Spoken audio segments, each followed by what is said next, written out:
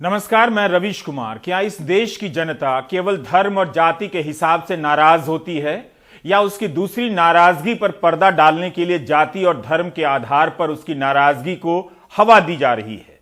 क्या मीडिया ने मान लिया है कि लोग आर्थिक मुद्दों, महंगाई, बेरोजगारी से नाराज होते ही नहीं हैं? अगर नहीं तो चैनलों और अखबारों में जनता की नाराजगी जाति और धर्म के आधार पर प्रमुखता से क्यों पेश की जा रही है? क्या इस देश के नौजवानों ने तय कर लिया है कि फॉर्म भरकर 3-3 साल परीक्षा का इंतजार करेंगे, बर्बाद हो जाएंगे, लेकिन नाराज केवल जाति और धर्म के हिसाब से होंगे?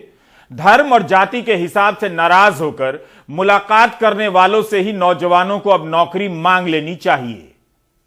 आज के हिंदी अखबारों की यह हेडलाइन बता रही है कि राजनीति और मीडिया की प्राथमिकता क्या हो चुकी है। किसी में अमित शाह को चौधरी कहा गया है तो किसी में अमित शाह के हवाले से यह भी छपा है कि उनका जाटों से 650 साल का नाता है। 650 साल के ये संबंध किस आधार पर निकाले जा रहे हैं? जब आप खबर पढ़ेंगे तो पता चलेगा किस तरह से एक समुदाय के खिलाफ नफरत की राजनीति को हवा दी जा रही है। इस तरह से जाटों को मना लेने की खबरों को बड़ा किया जा रहा है। जयंत चौधरी ने ट्वीट करके इनकार कर दिया कि अमित शाह के बुलाने पर नहीं गया। वो खबर छोटी खबर के रूप में छपी है। खबर कौन सी बड़ी है, जिसने अमित शाह का प्रस्ताव ठुकराया वो, या जिसने मान लिया? जाटों की नाराजगी दूर करने के लिए अमित शाह कैराना जरूर जाएं, जा सकते हैं। कभी कभी कोचिंग सेंटर भी जाएं जहां नौकरी को लेकर नौजवान अपनी जवानी फूंक रहा है। क्या चुनावों के समय जाति और समुदाय के नेता ही नाराज होते हैं? उन्हें मनाने के नाम पर मंत्रियों की लाइन लगी रहती है, लेकिन नौकरी मांग रहे छात्रों को नाराज क्यों नहीं माना जा रहा है? उन्हें मनाने के लिए, समझाने के लिए कोई मंत्री उनके हॉस्टल या प्रदर्शन में क्यों नहीं जाता है? हम लोग को फौज में जाना है, बट ये सब समझ नहीं रहे। फौज में जाना चाहते हो? हाँ जी, हम सब कुछ रिटर्न, मेडिकल, फिजिकल सब पास किए हुए हैं, बट फिर भी हमें मेरिट से बाहर कर दिया गया है। तो यहाँ आते हैं तो क्या कहते हैं ये लोग, यहाँ प्रशासन के लोग क्या कहते हैं? यहाँ पे तो देखते नहीं है, पूरा बैरिकेटर लगा के रखे हैं। रोज टाइम ही देते हैं। खाना कहाँ खाते हैं? वहीं गुरुद्वारे में खाते हैं और ऐसे ही सोते हैं। वहाँ पे भी नहीं रहने देते हैं। हम लोग तो कभी कभी एक टाइम खाना खाते हैं या फिर ऐसे ही सो जाते हैं। हम लोग अभी ऐसे ही उठ के आ गए हैं। यह रिपोर्ट 22 दिसंबर की है। हमारे सहयोगी सौरभ शुक्ल ने की थी। 3-3 साल केंद्र सरकार परीक्षा कराने में लगा दे रही है। कर्मचारी चयन आयोग ने 2018 में 60,000 पदों की भर्ती निकाली थी। 55,000 को ही नियुक्ति मिली। 3 साल लग गए उसमें भी। बाकी 5,000 सीटें खाली रह गईं तो उन पर भर्ती के लिए देश भर से एसएससी जीडी के परीक्षार्थी दिल्ली आए। सरकार इन खाली सीटों पर भी भर्ती करे। इनसे श्रम मंत्री से लेकर कार्मिक मंत्री तक किसी ने मुलाकात नहीं की। इसी तरह के सवाल रेलवे के परीक्षार्थियों के भी हैं। 1 करोड़ फॉर्म भरे गए, यानी जिस परीक्षा का संबंध 1 करोड़ परीक्षार्थियों से हो, क्या उसमें इतना वक्त लगना चाहिए था? छात्र कहते हैं कि बीच में प्रक्रियाएं बदली गईं। मंत्री जी कहते हैं बीच में नहीं बदली गई। तो क्या छात्र मनगढ़ंत बातों को लेकर सड़क पर उतर गए? दोनों के दोनों एग्जाम्स में 1 करोड़ से ज्यादा एप्लीकेशंस आई। 1 करोड़ से एप्लीकेशन ज्यादा आई तो जो एग्जामिनेशन कंडक्ट करने के लिए एजेंसी हमको हायर करनी थी, उसको हायर करने में टाइम लगा, 6 महीने से ज्यादा लगा।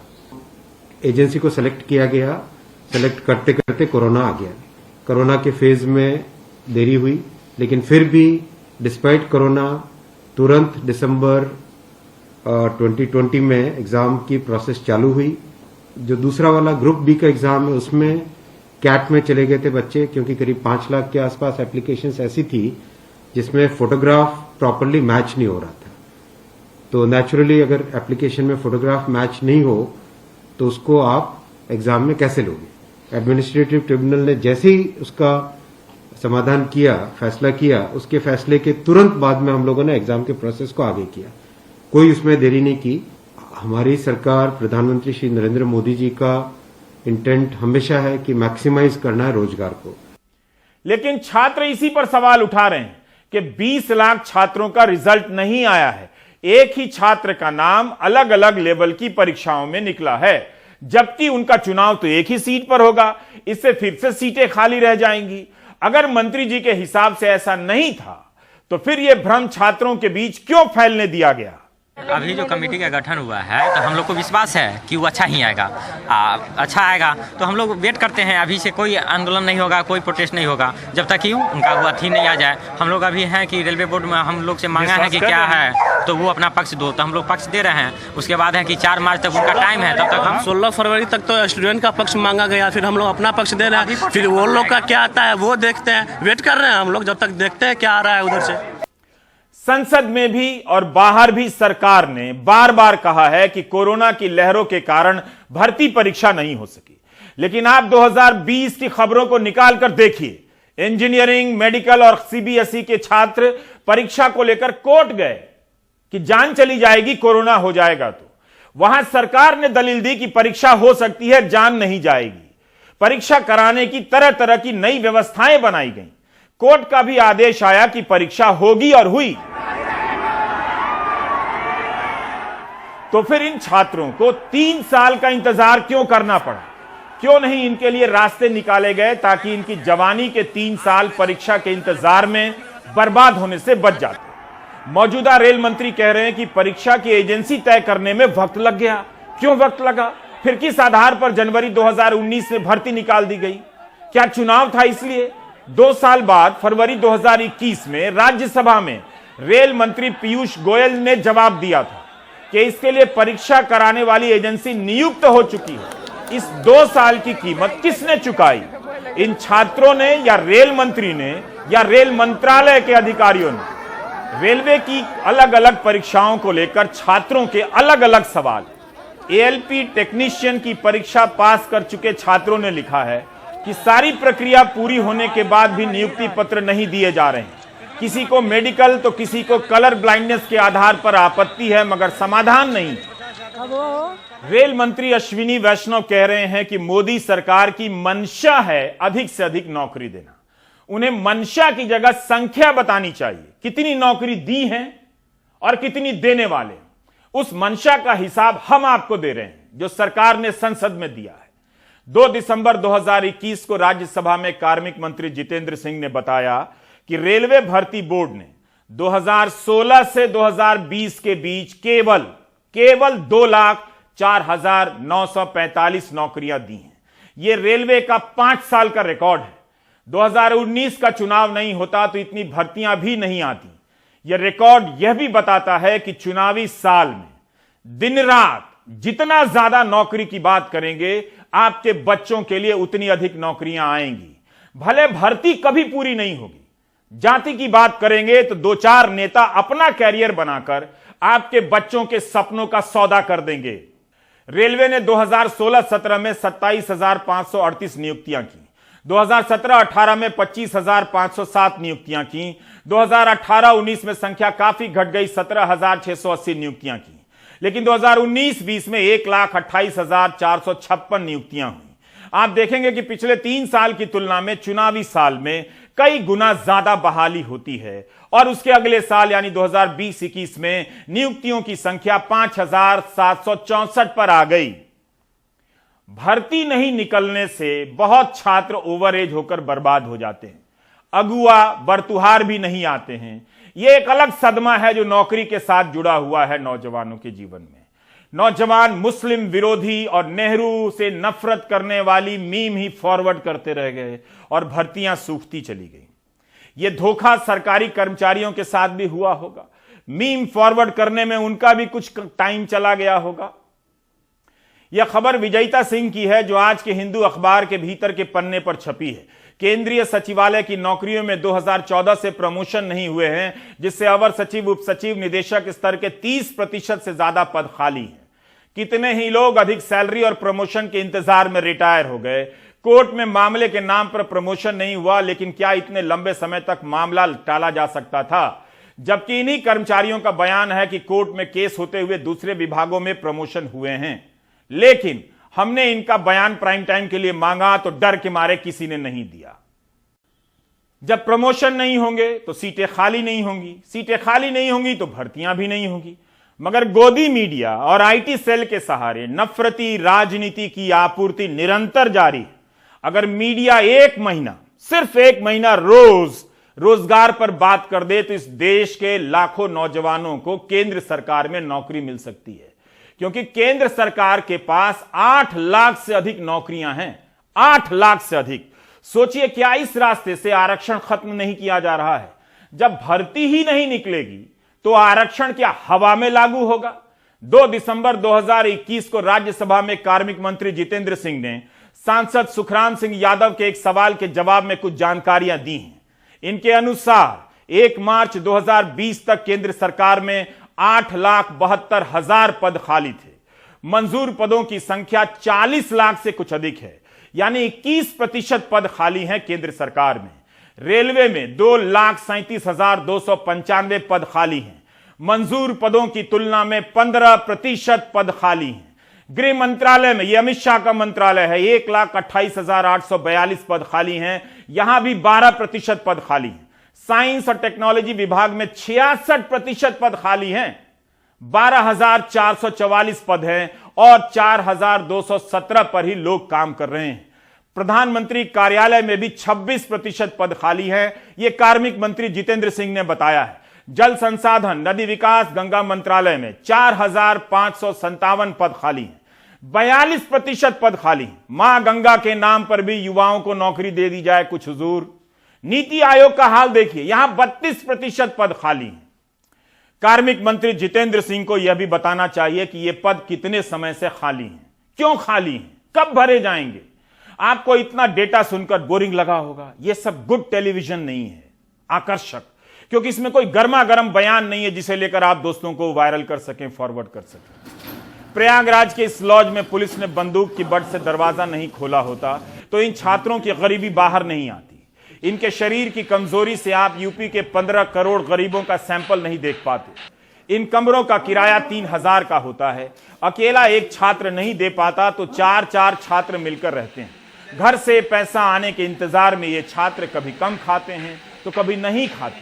ये छात्र गरीब घरों के हैं, इसलिए IIT और मेडिकल के छात्रों की तरह सुप्रीम कोर्ट जाने का हौसला नहीं जुटा सके कि इनकी परीक्षाएं कराई जाए। इनकी क्या गलती है? सरकार के पास जब नौकरी है तो नौकरी की तैयारी ये क्यों नहीं करें? क्या मिडिल क्लास के बच्चे IIT की तैयारी नहीं करते हैं? क्या आपने सुना है कि 1 साल IIT की परीक्षा नहीं हुई है? तो फिर रेलवे और कर्मचारी चयन आयोग की परीक्षा में बैठने वाले इन गरीब छात्रों के साथ ऐसा मजाक क्यों किया जा रहा है? बेहद कम सुविधा में जीने वाले इन नौजवानों के साथ यह मजाक नहीं होना चाहिए। क्या आपको लगता है कि ये लोग मां बाप के पैसे पर यहां इस तरह से अय्याशी कर रहे हैं? इससे कम में और कोई कैसे जी सकता है? सर, हम लोग धरना देने नहीं गए थे सर। हम लोग अपने रूम में मतलब कि सोए हुए थे और उसके बाद पुलिस आई सर, हम लोगों का दरवाजा तोड़ने लगी। उसके बाद हम लोग दरवाजा खोले सर और वो लोग बिना सवाल जवाब किए हम लोगों के ऊपर ऐसे अटैक किए जैसे आतंकवादी के ऊपर जैसे सर पुलिस रिएक्शन करती उस तरह से हम लोगों के ऊपर रिएक्शन किए सर। वो सर जब आए तो कह रहे हैं गेट खोलो नहीं तो बहुत मारेंगे। गाली भी दे रहे थे सब, ऐसे पूरा बुरी तरीके से बर्ताव कर रहे थे। हम लोग अंदर थे, डर के मारे हम लोग गेट नहीं खोले, लेकिन बाकी जो सभी लोग थे सभी लोग गेट खोले। सभी लोग को बुरी तरीके से पीटा गया। गेट देखिए पूरा टूट गया था। हम लोग पीछे से दबाए थे, नहीं तो हम लोग को भी बुरी तरीके से मारते। वो ऐसे हमारे से बिहेव हो रहा था, पूरा एकदम दरवाजा को ऐसे तोड़ दिया जा रहा था। लात से वो बंदूक के बटों से पूरा एकदम तोड़ा जा रहा, पूरा कांच तोड़ दिया गया है यहाँ पे। सब कांच देख रहे हैं पूरा लगा है हमारे। आपको कहाँ मारे थे? अरे हाथ पे लगा है हमारे, थोड़ा सा पूरा हाथ पे लगा है पूरा। में हल्दी रखे पूरा लगा के बाद में लगा। भर्ती परीक्षाओं की तैयारी करने वालों में आमतौर पर गरीब घरों के छात्र होते हैं। उन जातियों के भी होते हैं जिस जाति के नाम पर 2-4 नेता नाराज हो जाते हैं और दल बदल लेते हैं। जिस जाति के नाम पर नेता आरक्षण की बोगस लड़ाई लड़ते हैं, लेकिन नौकरी और भर्ती की लड़ाई नहीं लड़ते, क्योंकि जब तक भर्ती नहीं होगी आरक्षण कैसे मिलेगा? ये नेता अपनी जाति का भाव लगा लेते हैं और बेरोजगारों के सपने रद्दी के भाव भी नहीं बिक रहे हैं। इसके लिए जिम्मेदार बेरोजगार ही हैं। 2017 में जब प्राइम टाइम में नौकरी सीरीज शुरू हुई थी और केवल इसी एक विषय पर हमने कई हफ्तों तक प्रोग्राम किया था। हम छात्रों से मिले, उनके ठिकानों पर गए, लेकिन कईयों के भीतर नौकरी के नीचे नफरत की एक ऐसी परत दिखती थी जो उस समय नेहरू और मुसलमान से नफरत के नाम पर इनके भीतर बिछाई गई थी। छात्र ही बताते थे कि नौकरी सीरीज देखते तो हैं, लेकिन इसके बाद भी लड़के मुझी को गाली देते हैं और इतनी नफरत करते हैं मुझसे कि मेरे कार्यक्रम का लिंक तक शेयर नहीं करते। इलाहाबाद के लड़के ये बात जानते हैं कि मैं उनकी ये बात जानता हूं, जबकि नौकरी सीरीज उनकी जवानी बर्बाद होने से बचाने के लिए थी। 2019 की एक रिपोर्ट हम आपको दिखाना चाहते हैं ताकि पता चले कि इन तक कौन कौन पहुंच रहा था। तो ये लोकमान्य तिलक एक्सप्रेस है, गोरखपुर लोकमान्य तिलक, काशी एक्सप्रेस इसको कहते हैं। और इस रेलवे लाइन के उस तरफ इलाहाबाद यूनिवर्सिटी है और जिस तरफ मैं खड़ा हूं वो आलापुर इलाका है, जहां पर छात्र जीवन देखने को मिलता है, जहां पूर्वांचल के छात्र आकर लॉज में रहते हैं और इन परीक्षाओं की तैयारी में, जिसे स्टाफ सिलेक्शन कमीशन, बैंक या फिर सेंट्रल पैरामिलिट्री फोर्सेस, अर्धसैनिक बलों की परीक्षा, कंबाइंड डिफेंस सर्विस, संयुक्त रक्षा सेवा की जो परीक्षा होती है उनकी तैयारी करते हैं। कोई 1 साल से, कोई 5 साल से, कोई 6 साल से करता है। आप देख सकते हैं कि इनकी मेहनत पे कोई सवाल नहीं उठा सकता है कि आप यहाँ पे तैयारी कर रहे हैं, तो ये कितने घंटे की तैयारी कर रहे हैं जो पूरा पानी लेके बैठ गए हैं? सर जमना अभी कुर्सी पे 1 घंटे से सर तैयारी कर रहे हैं, अभी 2-3 घंटे तो बैठेंगे। सर पापा वन विभाग में। पापा वन विभाग में यस सर। तो आपका भी 5,000 रुपया, तो ये क्या आप आसानी से मिल जाता होगा? नहीं सर, बहुत मतलब कठिनाई से मिलता है। अच्छा जी। घर वाले भी परेशान होते हैं कि पैसा इन्वेस्ट कर रहे हैं, बच्चों को क्या हो, मतलब रिजल्ट नहीं आया, बच्चा घर वाले से प्रेशर आने के बाद उब जाता है, फिर एग्ज़ाम मतलब अपना ये तैयारी छोड़ कर कुछ अगला काम करना चालू कर देता है, डिमोटिवेट होता है सर। लॉज में सर 9x9 का रूम होगा, रेंट रूम 4500।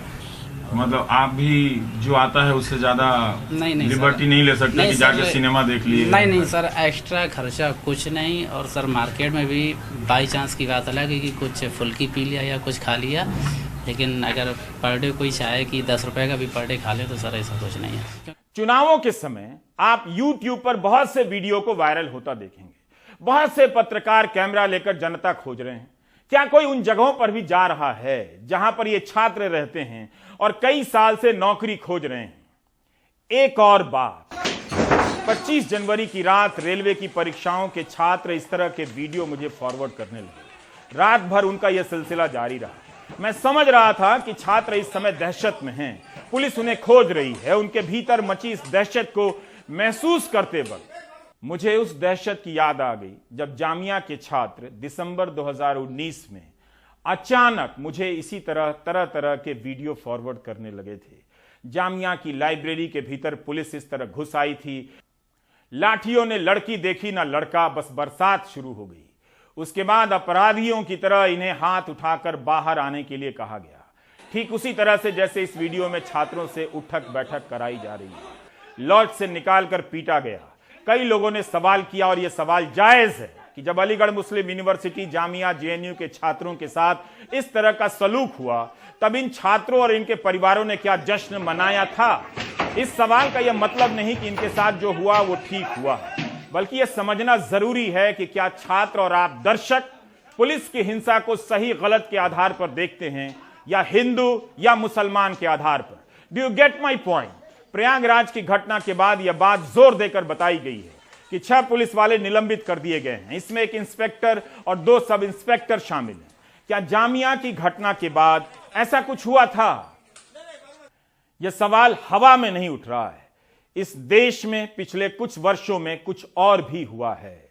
एक समुदाय के लोगों को टारगेट करने के लिए इस तरह के कानून लाए गए कि प्रदर्शन के दौरान हिंसा होने पर उनसे हर्जाना लिया जाएगा। आप अगर अध्ययन करेंगे तो पता चलेगा कि हर्जाना वसूलने वाले इस कानून का इस्तेमाल किस समुदाय के खिलाफ ज्यादा हुआ है, मजहब के आधार पर हुआ है या कानून के हिसाब से हुआ है। 22-23 जनवरी 2022 को अपूर्व विश्वनाथ और असद रहमान की रिपोर्ट आप इंडियन एक्सप्रेस में पढ़िए। लखनऊ और कानपुर से फाइल की गई है। बताया गया है कि कैसे प्रशासन ने बिना सबूत पेश किए एक तरफा लोगों पर हिंसा के बदले हर्जाने का दंड लाद दिया। इनमें दिहाड़ी मजदूर हैं जो अपने हक के लिए हाईकोर्ट भी नहीं जा सकते। पता चलता है कि हिंसा की एक तरफा व्याख्या हुई है। पुलिस के गोली से उस दौरान 22 लोग मारे गए थे। इस पर कई लोगों ने सवाल उठाए, लेकिन उसका क्या हुआ कुछ पता नहीं। कानपुर में नागरिकता विरोधी आंदोलन में हुई हिंसा के नाम पर रिक्शा चालक, तांगा चालक, फल विक्रेता, मुर्गा बेचने वाले, दूध बेचने वालों से पैसा वसूला गया।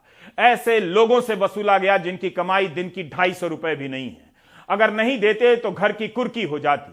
और अधिक जानकारी के लिए आप इस खबर को एक्सप्रेस की वेबसाइट पर जाकर पढ़ सकते हैं। किसी भी आंदोलन में हिंसा नहीं होनी चाहिए, लेकिन हिंसा किसने की, इसे तय करने की प्रक्रिया भी पारदर्शी होनी चाहिए। आप जानते हैं कि किसी आंदोलन को कमजोर करने के लिए सरकार भी हिंसा करा सकती है, पुलिस भी हिंसा करा सकती है। क्या आपने शाहीन बाग के आंदोलन के समय नहीं देखा था कि बाहर से 2-2 बार गोली चलाने की घटना हुई?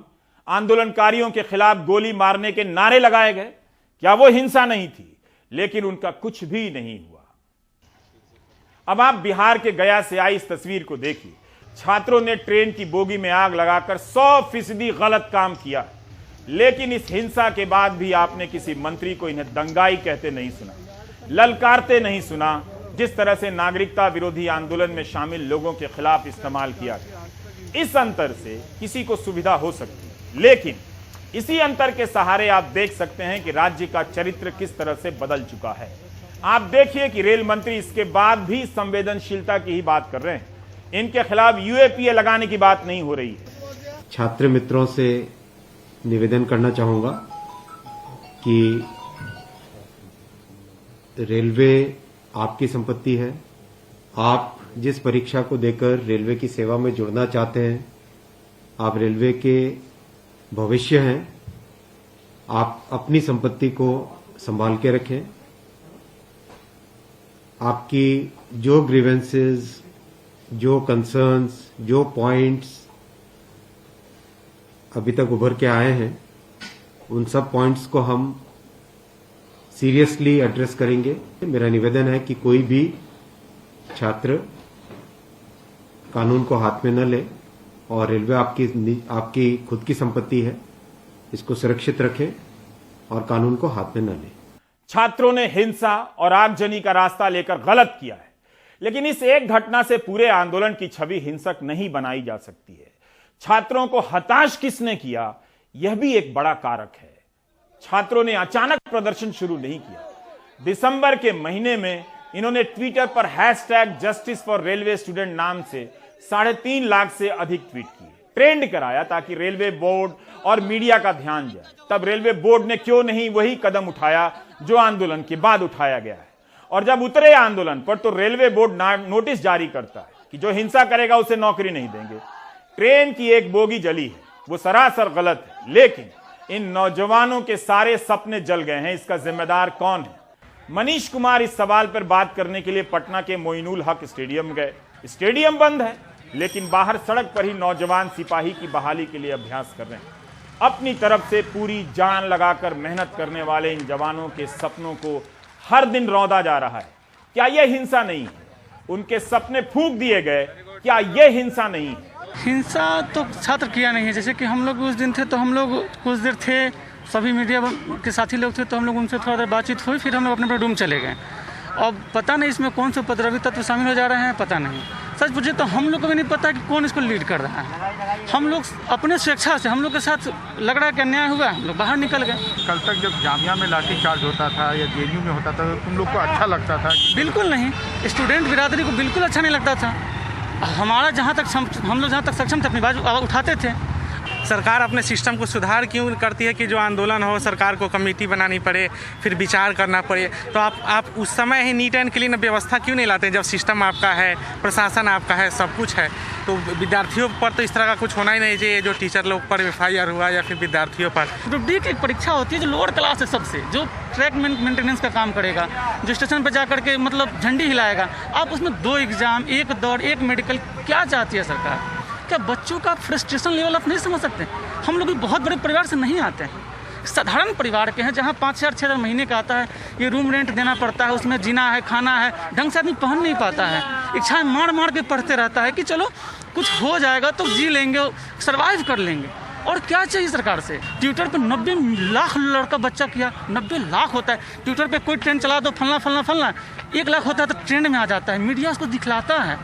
जो भी मुख्य धारा की मीडिया है नोएडा की दिखलाता है, लेकिन यहाँ 90 लाख को भी कुछ दिखलाया नहीं गया। पहले जब जामिया में लाठी चार्ज होता था, जेएनयू में लाठी चार्ज होता था, तो यहाँ के लोग, यहाँ के छात्र बड़े खुश होते थे। नहीं, खुश होने वाला बात नहीं है। जामिया में, जेएनयू में जब लाठी चार्ज हुआ था, आज से मुझे याद है लगभग 2 साल पहले, तो हम लोग यहीं पटना यूनिवर्सिटी गेट के पास रात में आंदोलन किए थे।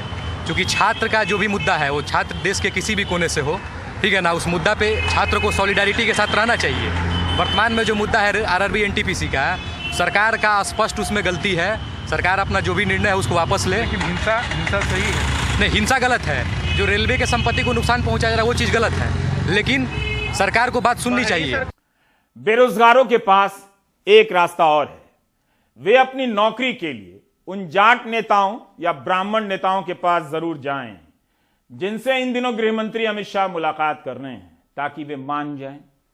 उन नेताओं से कहें कि कब तक जाति और धर्म के नाम पर नाराज होते रहेंगे। एक बार नौकरी के नाम पर भी नाराज हो जाइए। उससे पहले नौजवान खुद से एक सवाल पूछ लें, क्या अब वे नफरत के बिना राजनीति करने लायक बचे हैं? मौका मिलेगा तो ये नौजवान फिर से वही करेंगे। लिखकर मेरी बात पर्स में रख लीजिए। नौजवानों की ज्यादा चिंता मत कीजिए, आप ब्रेक ले लीजिए।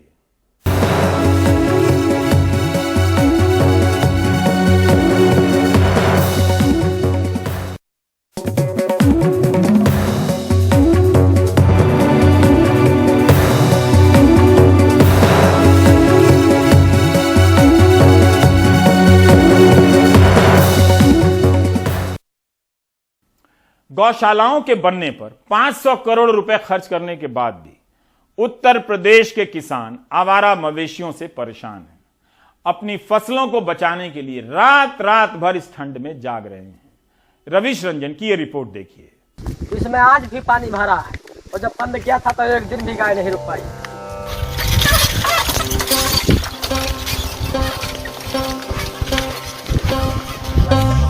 सीतापुर में रौसा ब्लॉक के भरतापुर गांव के भोले हमें 15 दिन पहले बनी गौशाला दिखाने लाए हैं। तलवम भर दिन वाट ले लिए हो, प्रधानमंत्री मुख्यमंत्री बनी गए। जब गौशाला तुमका बनवावक रहा तो आवारा मवेशियों के चलते भारत पाक सीमा के बाद शायद सबसे ज्यादा बाड़बंदी अब खेतों की ही हो रही है।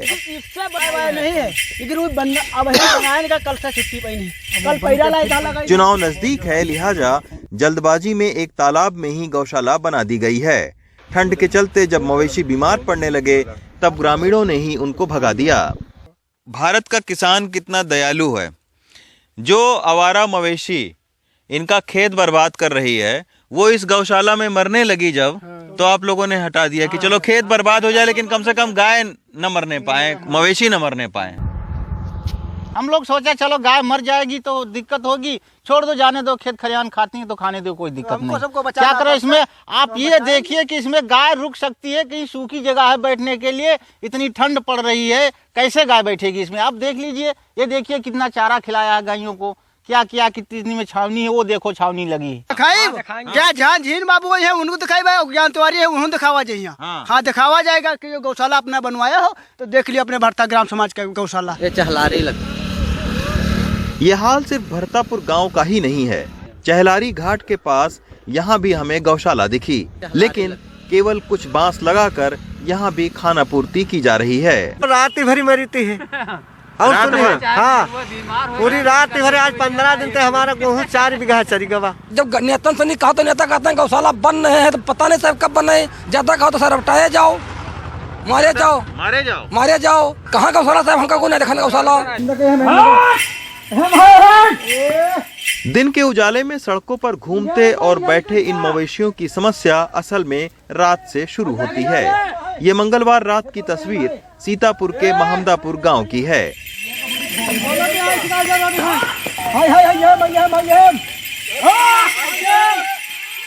आवारा मवेशियों को भगाने के लिए ग्रामीणों को भी समूह में इस कपकपाती ठंड में इस तरह निकलना पड़ता है। रात को 12-1 बज जाते हैं। 30 दिन को यह काम दिन रात डेली बचाव होते। सब गेहूँ खाएंगे हम लोगों ने। कम से कम 200 जानवर हैं, एक टाइम आ जाते, अकेले निकाले ना निकल, कोई सुनवाई नहीं। 10-15 लोग आए तब खेत निकाल पाए। खैर, इस जमीनी हकीकत से इतर अब आपको लेकर चलते हैं इश्तहार और घोषणाओं के दौर में। ट्विटर, फेसबुक और मीडिया में गाय के साथ फोटो खिंचवाने और गौशालाओं के उद्घाटनों की तमाम फोटो और खबरें आपको मुख्यमंत्री से लेकर सांसदों तक की मिल जाएंगी। घोषणाओं और इश्तहारों की बात करें तो 2017 में खबर छपी कि हर जिले में बनेगी गौशाला। 2019 में खबर छपी कि गाय सड़कों पर दिखी तो शहर के डीएम एसएसपी नपेंगे। अगस्त 2021 में खबर छपी कि गौ आश्रय स्थल को लेकर योगी सख्त। 15 नवंबर 2021 को खबर छपी कि गौ एम्बुलेंस की शुरुआत, गाय पालने वालों को 1500 रुपए महीना मिलेगा। इतनी घोषणाओं और सख्ती की खबरों के बीच किसान इस समस्या से सालों साल से जूझ रहे हैं। लेकिन इस बड़ी समस्या 11 लाख से ज्यादा आवारा पशुओं की बात करता शायद ही कोई नेता मिले। सीतापुर से रवीश रंजन शुक्ला, एनडीटीवी इंडिया। आप देख रहे थे प्राइम टाइम। नमस्कार।